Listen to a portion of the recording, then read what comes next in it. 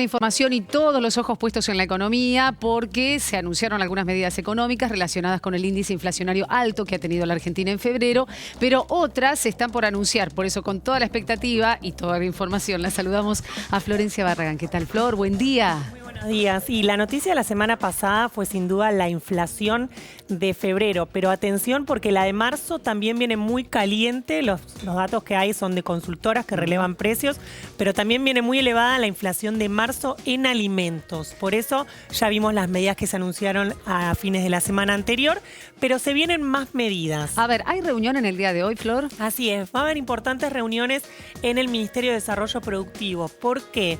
Porque ahí vas a tener al ministro de Desarrollo Productivo, Matías Culfas, al secretario de Comercio Interior, Roberto Feletti, reuniéndose con empresarios, sobre todo empresarios del sector alimenticio, tanto de la producción de alimentos, que se nuclean en Copal, como también del sector de la comercialización, esto es los supermercados. Escuchaba a Culfas diciendo que lo importante es retrotraer las subas que son injustificadas. Y ahí nos quedamos con ese punto puntual, ¿no?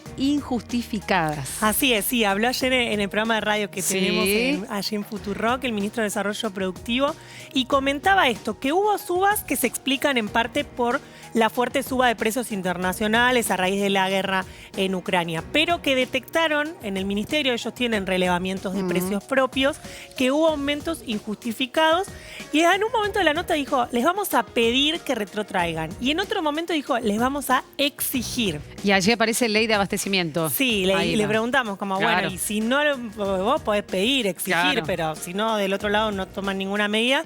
Y ahí dijo, bueno, podríamos aplicar algún tipo de ley de abastecimiento, y también adelantó que están trabajando en un marco normativo de ley de defensa de la competencia, que puede ser súper técnico para el que Sí. está del otro lado, pero en definitiva es qué herramientas tiene el Estado para intervenir en los precios, en el mercado. Flor nos contó lo que va a pasar y lo que va a ocurrir en las próximas horas, pero esto es lo que pasó. Fue la conferencia de prensa del ministro de Agricultura, Domínguez, a propósito de algunas de las medidas que ya se conocieron durante este fin de semana. En este escenario, el presidente de la Nación, a cada uno de los ministros, nos indicó tomar medidas en nuestras áreas. A nosotros nos encomendó la tarea de instrumentar las medidas necesarias para estabilizar al precio del trigo a valores prebélicos mientras duren las consecuencias del aumento a causa de esta guerra. El presidente de la Nación, a la propuesta que le hemos presentado, ha decidido la creación del Fondo Estabilizador Temporal del Trigo Argentino. La medida establece la suspensión temporaria del diferencial de 2% de los derechos de exportación de harina y aceite de soja del decreto 790 del año 2020. Estos derechos de exportación, la suspensión de estos derechos de exportación harán que vuelvan al 33%. Hemos decidido, con el propósito de captar los precios internacionales de esta coyuntura histórica, de precios que son históricos, abrir los registros de exportación de la cosecha 22-23 por un total de 8 millones de toneladas de trigo que se suman a las 2 millones de toneladas ya autorizadas.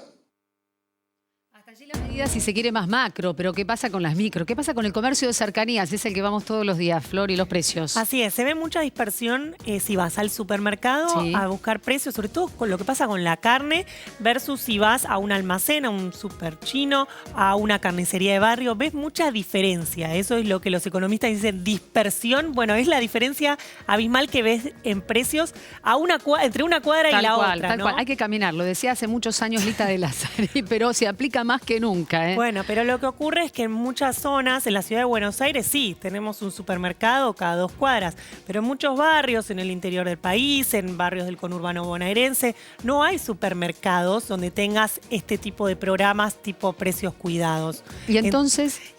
Bueno, seguramente entre mañana y el miércoles podemos anticipar que se va a lanzar un programa de precios, también, no sé si va a tener el nombre de precios cuidados, pero que va a llegar a estos comercios de cercanía, lo cual va a ser importante fijar los precios de alguna canasta, alguna canasta de alimentos básicos sobre todo, que se mantengan en el tiempo y que puedan llegar a los barrios. Y te preguntamos también por el pan, el índice PAN del que estamos hablando hace ya varias semanas a raíz de lo que pasó con la guerra entre Rusia y Ucrania, pero que tiene impacto directo. Y también el aceite.